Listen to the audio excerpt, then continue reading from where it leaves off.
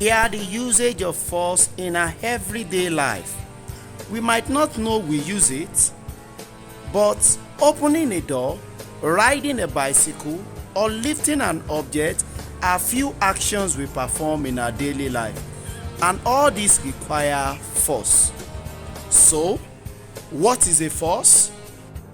Consider a ball lying at rest. It is not moving. Suppose a player here wants to pass the ball to his teammate who is standing at the other end of the pitch. How will he do that? He needs to make the ball to move in the direction of his teammate. So he will kick the ball in the direction of his teammate. When he kicks the ball, we say that he applied a force on the football. The kick is nothing but the force he applied on the ball.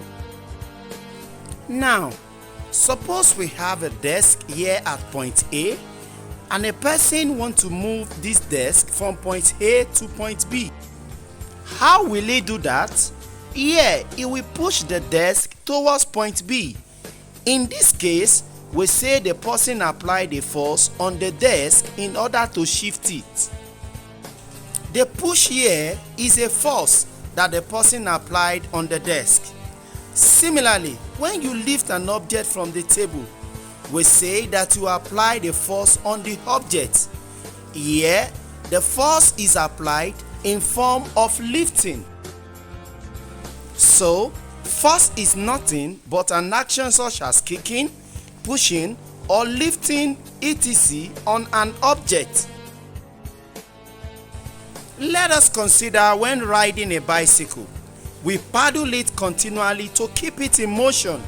Here, paddling is a force that is applied on the bicycle. Hitting an hammer on the nail is also a force applied on the nail. What about stopping a moving ball? Yes, even stopping a moving ball means you are applying a force on it. We apply a force to stop the ball, opening a drawer, plucking the strings of a guitar, or moving a piece of chess, or performing other actions on an object is nothing but applying force on them. All these are several of actions we perform on objects. In actual fact, there are several actions we perform on an object, but we can categorize all these actions into just two. Basically, they are pushing and pulling. For example, when you open a drawer, you are simply pulling the knob of the drawer to open it.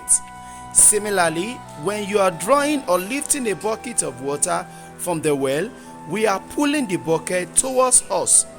Actions such as kicking the ball, hitting the nail on the hammer are pushing of objects.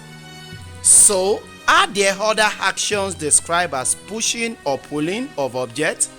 Yes. For example, suppose there is a book on the desk. To move the book, you either pull it towards you or push it far away from you. So, moving an object can be described as both pushing and pulling. Similarly, opening or shutting a door can be described as both pushing and pulling. So, we can simply say that a force is nothing but a push or pull applied on an object.